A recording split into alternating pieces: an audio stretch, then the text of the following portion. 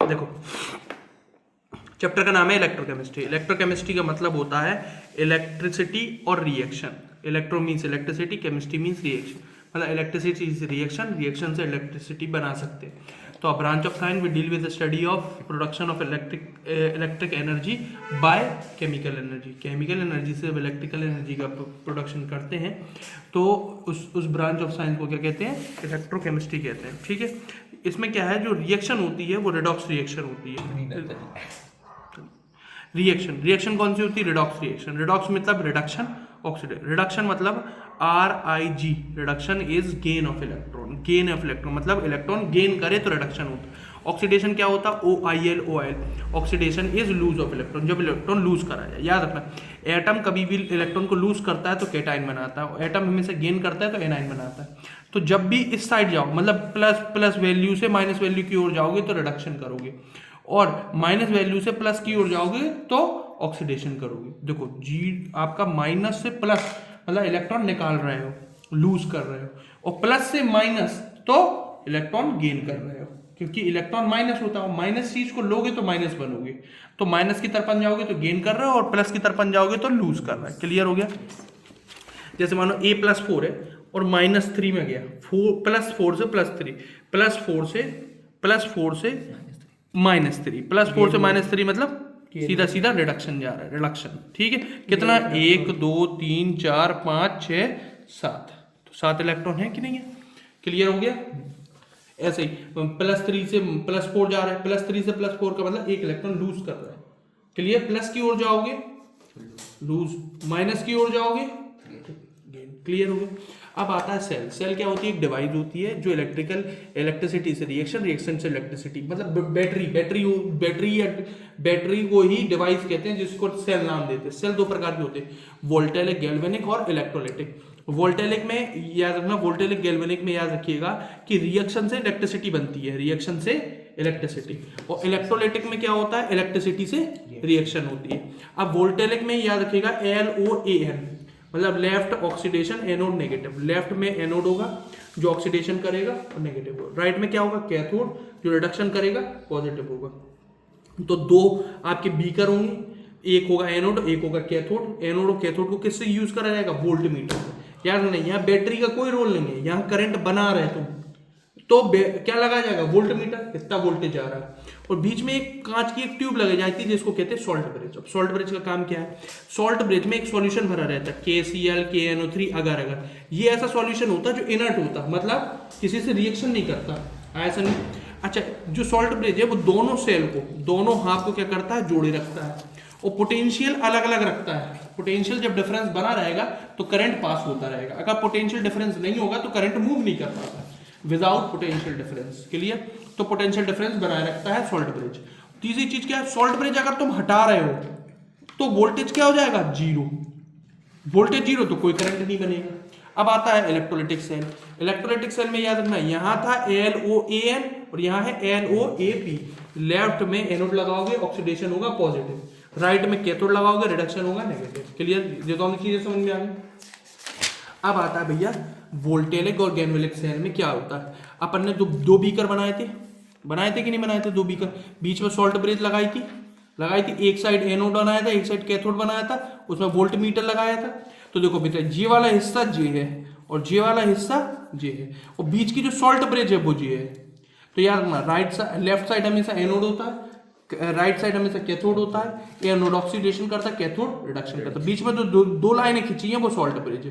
तो इसको इस तरीके से रिप्रेजेंट करते हैं, Mn+2 में। देखो ये चीज ये बन रही, मतलब प्लस बन रहा है, तो जीरो से प्लस का मतलब है एन ऑक्सीडेशन हो रहा, और प्लस से जीरो का मतलब क्या है?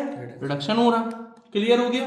वो फ्लो चार्ट से देखिएगा, 0 1 2 3 बना के नंबर लाइन सिस्टम से तुम्हें सब समझ में आ जाएगा। क्लियर? फिर आता है इलेक्ट्रोकेमिकल सीरीज। इलेक्ट्रोकेमिकल सीरीज क्या होती है? हर मेटल की एक वोल्टेज होती है, लूज करने की क्षमता होती है और गेन करने की क्षमता होती है। तो हर एक मेटल को क्या करते हैं? एक सीरीज में रखते हैं, उस सीरीज को क्या कहेंगे? Electrochemical series. अब हर मेटल का वोल्टेज कैसे निकालते हैं? वोल्टेज निकालना भी पता होना चाहिए। तो वोल्टेज निकालते एक डिवाइस है, जिस डिवाइस का नाम होता है she, standard hydrogen electrode. She क्या होती है? एक डिवाइस होती है जिससे हर डिवाइस, उस डिवाइस से क्या जोड़ देते हैं? मेटल को जोड़ देते हैं, और उस मेटल की क्या पता चल जाती है हमें, स्टैंडर्ड रिडक्शन पोटेंशियल पता चल जाती है। स्टैंडर्ड रिडक्शन पोटेंशियल का मतलब क्या है कि रिडक्शन का मतलब सीधा सीधा गेन ऑफ इलेक्ट्रॉन, RIG। तो गेन करने की क्षमता पता चल जाती है हर एक मेटल की। क्लियर? अब देखो बेटा, जो सी है स्टैंडर्ड हाइड्रोजन इलेक्ट्रोड है। स्टैंडर्ड का मतलब होता है उसमें टेम्परेचर 298 केल्विन देना है, कंसंट्रेशन 1 m देना है, 1 मोलरिटी, और प्रेशर देना है 180 m। क्लियर हो गया? अच्छा, अब वो कहते हैं कि जब स्टैंडर्ड मीडियम चेंज कर देते हैं, स्टैंडर्ड वैल्यू को, मतलब इनमें से कोई भी चीज चेंज करोगे तो अब हमें नया वोल्टेज बनाना पड़ेगा। क्यों? देखो, जे वोल्टेज से ये वोल्टेज सी से हमें मेटल का एक निश्चय वोल्टेज मिल रहा जब ये चीजें दी तुमने। अब इन्हीं चीजों को चेंज कर दोगे तो वोल्टेज क्या हो जाएगा, चेंज हो जाएगा। तो नया वोल्टेज किससे निकालते हैं, नेक्स्ट इक्वेशन में। एक बार फिर रिपीट कर रहा हूं, हमें वोल्टेज जो मेटल का पता चलता है वो इससे पता चलता है, इस मीडियम में। अब जब इसी मीडियम को चेंज कर दोगे तो हमें नया वोल्टेज निकालना पड़ेगा। वो किस इक्वेशन से निकालते हैं, नेक्स्ट इक्वेशन से। नेक्स्ट इक्वेशन को ई सेल भी कहते हैं, सेल पोटेंशियल भी कहते हैं, ईएमएफ भी कहते हैं। ईएमएफ का मतलब होता है इलेक्ट्रोमोटिव फोर्स। आ गया समझ में? अब क्या होता है बेटा, formula E cell is equal to होता है E naught cell minus RT upon NF log oxidation upon reduction. E cell is equal to E naught cell minus RT upon NF log oxidation upon reduction. अब देखो बेटा, याद रखना जो ई naught cell है वो क्या होता है, कैथोड माइनस एनोड। कैथोड का वोल्टेज और एनोड का वोल्टेज माइनस कर दो तो ई नोट सेल आ जाएगा। ई नोट सेल देखो क्या लिखा, स्टैंडर्ड, मतलब वही है। टेम्परेचर होगा 298 केल्विन, प्रेशर होगा 180 m, और कंसंट्रेशन क्या होगा 1 मोलरिटी। अब तुम्हें क्या करना है, नेक्स्ट इक्वेशन लगाना। तो जे वाली जो वोल्टेज है, जे वाली वोल्टेज सी से निकाली, स्टैंडर्ड हाइड्रोजन इलेक्ट्रोड। लेकिन जे वाली जो वोल्टेज है वो किससे निकालोगे, नेक्स्ट इक्वेशन से। आया समझ में? फॉर्मूला क्या होगा, E cell is equal to E naught cell minus 0.0591 upon N log oxidation upon reduction. यहाँ एल क्या बताता है, नंबर ऑफ इलेक्ट्रॉन लूज और गेन। ई नोट सेल क्या बनाता है, स्टैंडर्ड इलेक्ट्रोड पोटेंशियल। और ई सेल क्या बनाता है, न्यू वोल्टेज, नया वोल्टेज बन रहा है। ये पुराना वोल्टेज है, ये सी वाला वोल्टेज है। सी वाले वोल्टेज में क्या माइनस कर दोगे, 0.0591 upon N log oxidation upon reduction, तो अपन को नया वोल्टेज पता चल जाएगा। क्लियर हो गया? एक और फॉर्मूला है रिडक्शन हाफ के लिए, ये फॉर्मूला होता है E cell is equal to E naught cell minus 0.0591 upon log upon reduction. अब यहाँ ऑक्सीडेशन अपॉन रिडक्शन था, अब ऑक्सीडेशन तो हो नहीं रही इस हाफ में, सिर्फ क्या हो रहा, रिडक्शन। तो ऊपर ऑक्सीडेशन हटा के 1 अपॉन रिडक्शन कर दिया। अगर ऑक्सीडेशन हाफ होता तो ऑक्सीडेशन अपॉन रिडक्शन है, रिडक्शन नीचे से हटा दिया तो और सिर्फ लॉग ऑक्सीडेशन है। फॉर्मूला सेम है, बिल्कुल सेम है। और क्या होता है, जब एक से ज्यादा कंसंट्रेशन होता है तो ऑक्सीडेशन अपॉन रिडक्शन की जगह कर देते हैं प्रोडक्ट अपॉन रिएक्टेंट। क्लियर हो गया? इक्विलिब्रियम में फॉर्मूला क्या होता है, ई सेल हो जाती है 0, ई सेल जे वाली वैल्यू क्या हो जाती है 0, तो ई नॉट सेल माइनस 0.0। और याद रखना ऑक्सीडेशन अपॉन रिडक्शन इक्विलिब्रियम में आ जाता है, जिसको कहते हैं लॉग केसी। इसकी जगह मैंने लिख दिया केसी, इसकी वैल्यू को रख दिया 0, जे वैल्यू माइनस में, जो वहां गई तो क्या हो गई प्लस में। तो E naught cell is equal to आ जाता है 0.0591 अपॉन एन लॉग केसी। अब आती है Gibbs free energy. Gibbs free energy क्या होती है, extra amount of energy release by the spontaneous chemical reaction. किसी भी रिएक्शन से जो निकलने वाली एनर्जी जिससे हम कोई काम कर सकते हैं वो एनर्जी होती है गिब्स फ्री एनर्जी। इसका फॉर्मूला होता है delta G is equal to minus ANF E naught cell. N का मतलब नंबर ऑफ इलेक्ट्रॉन लूज हो गए, एफ क्या होता है फराडे जिसकी वैल्यू जे होती है, और ई नॉट सेल क्या है, वही जे वाला कैथोड माइनस एनोड वाला, कैथोड माइनस एनोड वाला फॉर्मूला है ई नॉट सेल का, वो है रखना। और इक्विलिब्रियम से एक फॉर्मूला आएगा, देखो ई नोट सेल की वैल्यू जे आ रही, बस इस ई नोट की जगह जे वाला फॉर्मूला रख दो। तो जे देखो एन से एन कट गया, क्या बचा माइनस एफ की वैल्यू कितनी है 96500, ये जे है और लॉग केसी है, तो ये फॉर्मूला बन गया। दो फॉर्मूले हैं डेल्टा जी के, डेल्टा जी का जे भी फॉर्मूला, डेल्टा जी का जे भी। जे बिना इक्विलिब्रियम के हो, जे इक्विलिब्रियम पे। क्लियर? नेक्स्ट चले, जी आपको लॉग की वैल्यूज को याद रखना ही रखना है। याद रखना, जैसे मानो तो आप दो मेटल दी, एक मेटल है जे और एक मेटल है जे, एक मेटल का वोल्टेज जे है और एक मेटल का वोल्टेज जे। अब मैंने तुमसे पूछा ये दोनों मेटल में से एनोड कौन होगा, तो याद रखना जिसकी वैल्यू कम होगी वही एनोड होगा। जे वाली वैल्यू और जे वाली वैल्यू में सबसे कम वैल्यू किसकी है बेटा, ऊपर वाली, क्योंकि ये माइनस के टर्म में है। किसके टर्म में, माइनस के टर्म में। माइनस में तो नीचे वाली भी है पर वो 4 1 है।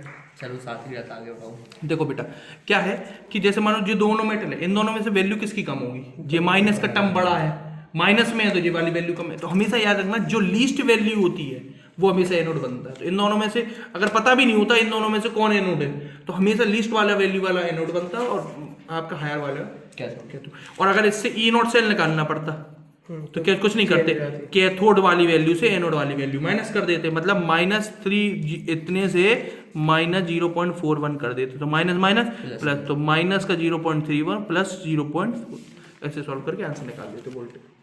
जो लॉग की वैल्यू बिल्कुल याद रख लीजिएगा अच्छे से, लॉग की 1 की ये होती, 2 की ये होती, 10 की याद है। लॉग 10 के बन क्या, लॉग 1 की वैल्यू 0 होती, लॉग 2 की वैल्यू 0.30 होती, ये कंपलसरी याद करना है। लॉग 3 अच्छा ये वाली वैल्यू, ये चीज नहीं, एनोड और कैथोड जैसे किसी मेटल की 2 वोल्टेज रखी तो हमेशा लीस्ट वाला एनोड बनेगा। सर ये वैल्यू उसमें पेपर में मिलेगी नहीं? नहीं जरूरी नहीं। ई नोट कैसे निकालेंगे? लिख के ई नोड कैथोड माइनस एनोड, इसके वोल्टेज को इसके वोल्टेज से माइनस। वैसे तो क्लियर? लॉग 10 वाला ज्यादा था, 1 रहता जिसका। अच्छा वो दी हुई रहती है तो वैसे यहाँ में इतना ही था। देखो अब पढ़ना कंडक्टिविटी ऑफ सेल।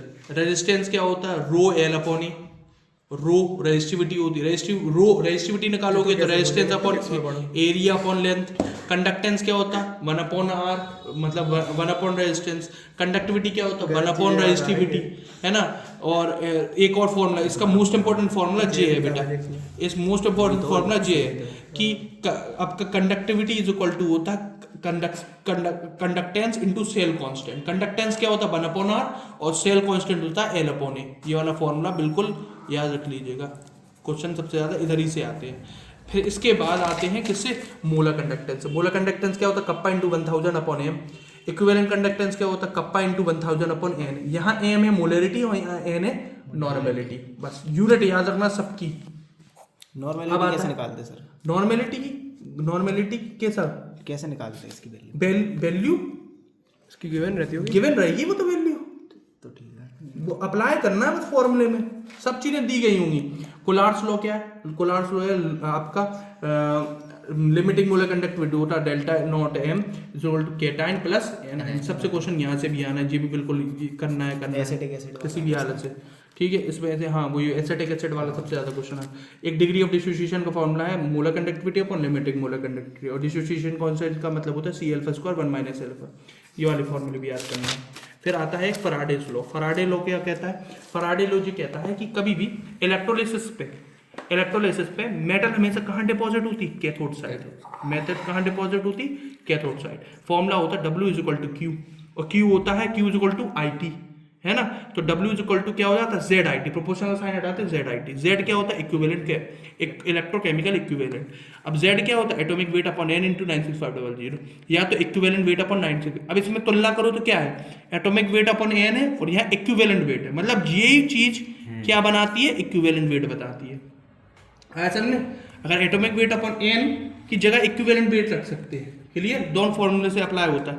तो अब Z की वैल्यू इधर रखोगे तो दो फॉर्मूले बनेंगे, atomic weight upon n into 96500 into I into T, और ये बनेगा equivalent weight upon 96500 into I into T। एक फॉर्मूला और होता है, एक मोल Q इज इक्वल टू क्या होता है NF, क्लियर। अब आता है फैराडेज लॉ।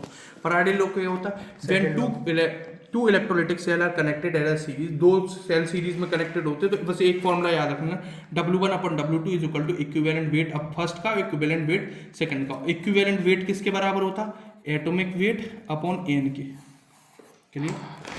बंद कर दो।